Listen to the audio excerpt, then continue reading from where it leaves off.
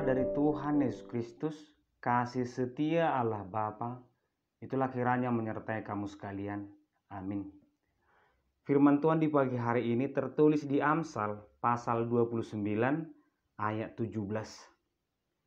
Didiklah anakmu, maka ia akan memberikan ketentraman kepadamu dan mendatangkan sukacita kepadamu. Demikian pembacaan firman Tuhan. Selamat pagi dan salam sejahtera untuk kita semua. Bapak Ibu, saudara terkasih, anak adalah anugerah dari Tuhan.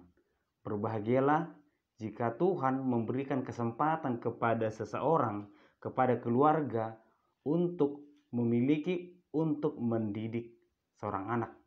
Tetapi masa depan mereka itu juga masa depan kita. Bagaimana mereka memiliki masa depannya, ternyata itu tanggung jawab kita juga. Kebahagiaannya di masa depannya, ternyata itu kebahagiaan kita juga, itu tidak bisa dilepaskan. Amsal mengatakan bahwa sukacita kita adalah ketika kehadiran anak itu di masa tuanya, di masa dewasanya, memberikan kesejahteraan kepada kita. Sehingga kita tidak mengatakan, kamu yang menentukan masa depanmu. Kamu yang melakukan, jika kamu ingin sukses, kamu memilih. Ternyata Amsal mengatakan atau Salomo itu tidak lepas dari tanggung jawab orang tua.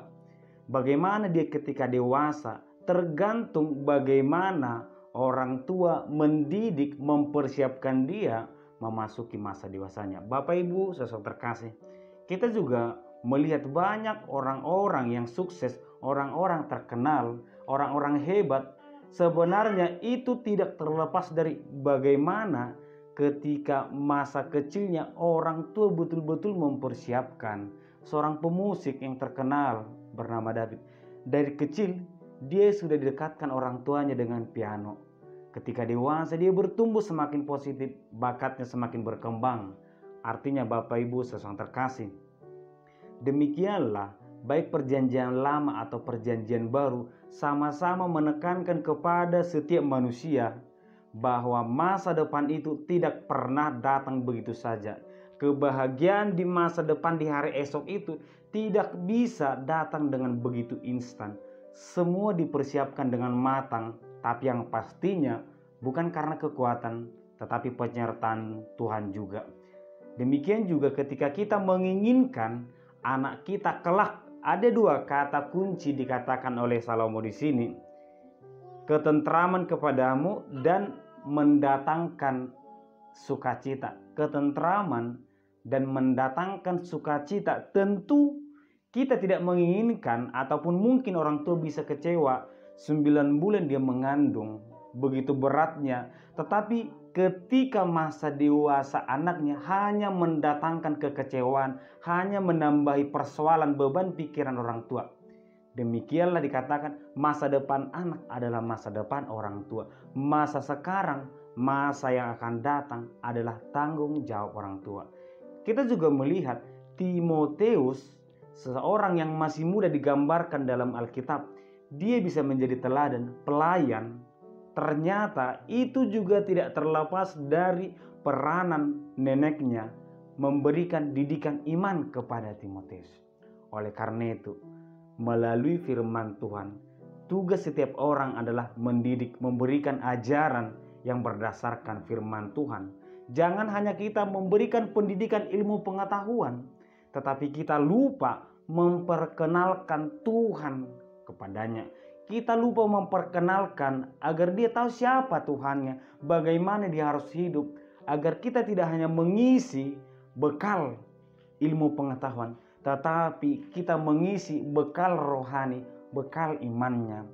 Memang kita tahu usaha manusia pun tidak pernah bisa bekerja 100%. Tetapi berusaha, berserah kepada Tuhan, itu adalah pilihan terbaik.